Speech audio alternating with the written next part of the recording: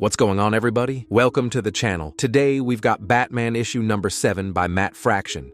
A mysterious person has requested to talk to Batman, so let's get right into the video.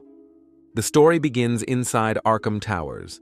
A hallway sits silent until a door marked number 10 slowly opens. A man steps out. The side of his face is badly scarred. He leaves the floor and moves into the stairwell. Pulling out his phone, he makes a call. "Hey, it's Josiah. Look, he wants to talk." Elsewhere in Gotham, inside a window sits a new bat signal. Not the official one, because Jim Gordon is no longer police commissioner, and Vandal Savage has essentially banned the use of the bat signal entirely. So Jim Gordon and Harvey Bullock have built their own. And moments later, Batman swoops down. He lands in front of them with a menacing aura. He says, "Well." Jim looks at him. "Got something for you." Harvey speaks up. "Just you and, look, I got a guy trusted source and he, Bruce cuts him off. "Spit it out, Bullock." Harvey finally says it. "It's him he wants to talk." Batman doesn't hesitate. Moments later, he climbs into the Batmobile and speeds through Gotham toward Arkham Towers.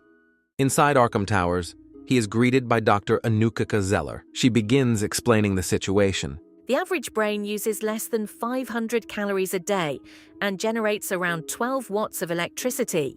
His burned through 8,000 calories and could light a Christmas tree before treatment. Patient 10 has been medically immobilized and mechanically pissed. I managed the hyperbioelectric activity in his mind through the crown of storms. He's isolated in a float tank, intubated for nutrients and oxygen. Cranial implants convert his thoughts to speech and transmit external sound to him in real time. I was excited when he mentioned a desire to speak with someone outside of his care team. I didn't know he meant you. If he'd asked, I wouldn't have allowed it. Batman answers calmly. That's why he didn't ask. That's not the way his mind works. But Dr. Zeller responds immediately. I think you'd be surprised by how his mind works if you could be bothered to learn. Follow the green tiles. The red ones administer a medically incapacitating load of electricity. And take your shoes and socks off now. She continues explaining the security protocols. These protocols are designed to keep everyone in room 10 safe.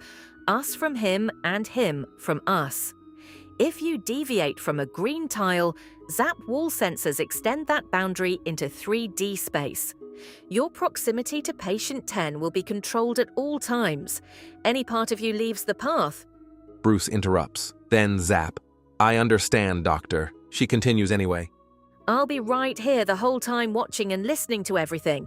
If I suspect even for a moment you mean to physically interact with my patient, my thumb comes off the kill switch. The floor discharges and room 10 turns into a total environmental vacuum. Your organs will burst. Rapid hypoxia, hypoxemia, and brain death ensue. I will not allow you to harm a patient in my care.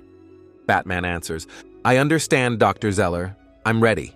But she adds one final warning. Stilling him has caused some secondary physical effects, Batman. So no, I don't think you are. Batman steps into room 10. And what waits inside is the Joker. Batman stops. Good Lord. The Joker floats inside a containment tank. He doesn't look completely different, but something about him has changed. His hair is gone, his body heavier, but the smile remains. The Joker opens his eyes and looks at Batman. "Hey, you." Batman walks closer to the glass tank. For a moment, neither of them speaks. They just stare at each other. Batman almost reaches out to touch the glass, then remembers the rules. He pulls his hand back. Finally, he speaks. "Well, how did you do it, Joker?" Dr. Zeller interrupts through the intercom. Please refer to him as patient 10. Batman doesn't even look back. "I'm not going to call him that. Someone managed to contact me from inside of your bespoke prison, Dr. Zeller.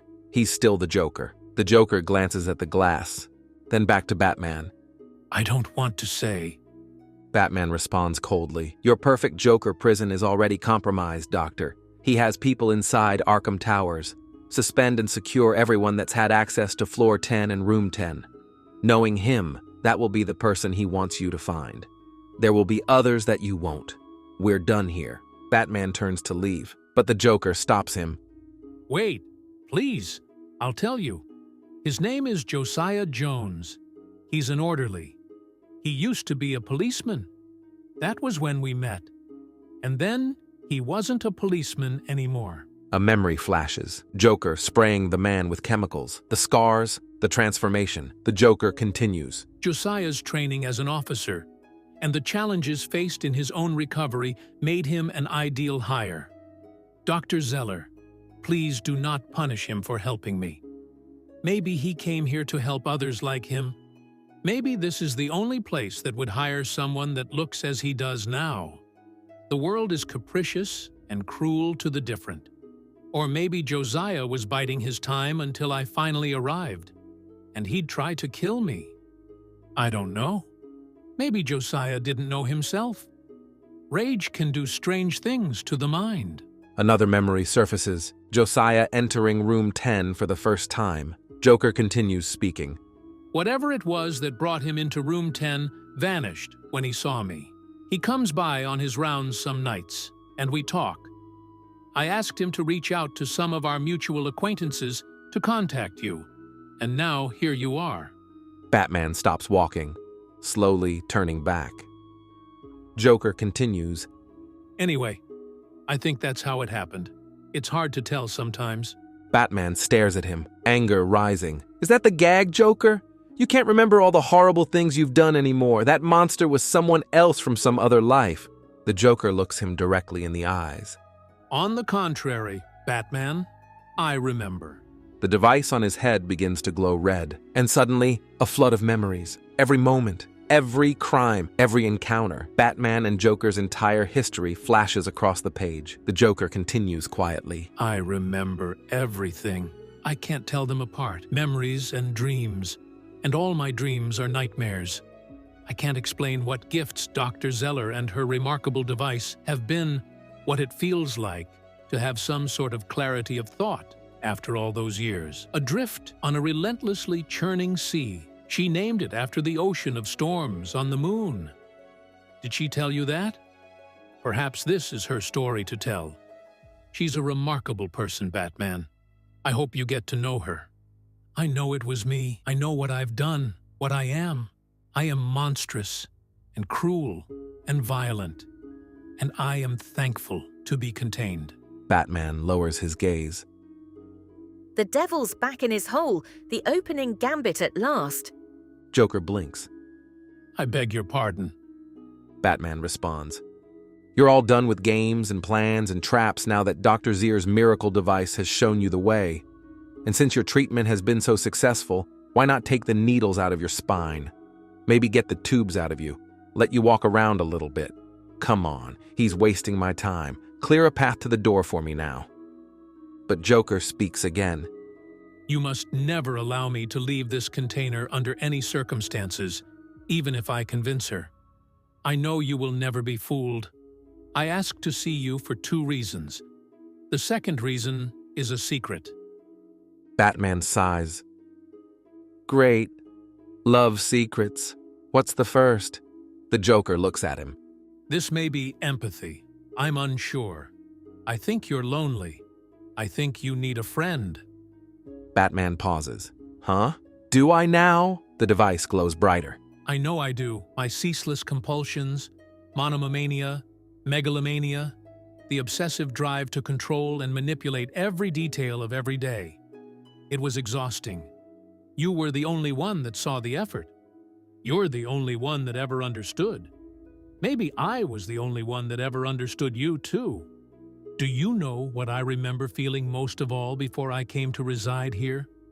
My constant companion through all the killing and planning and torture and mayhem and rage.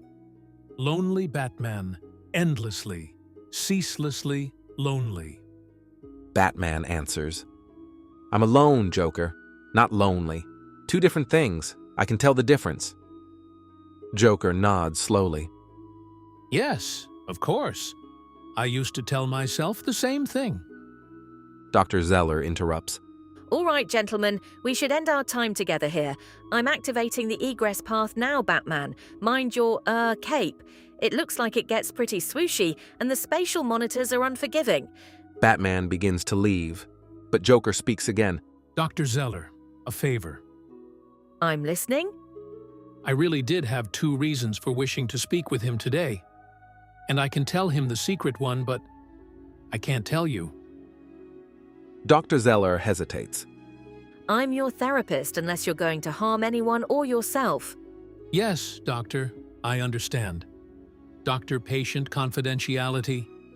This is more a matter of the kind of confidentiality that exists between, well, whatever it is that he and I are.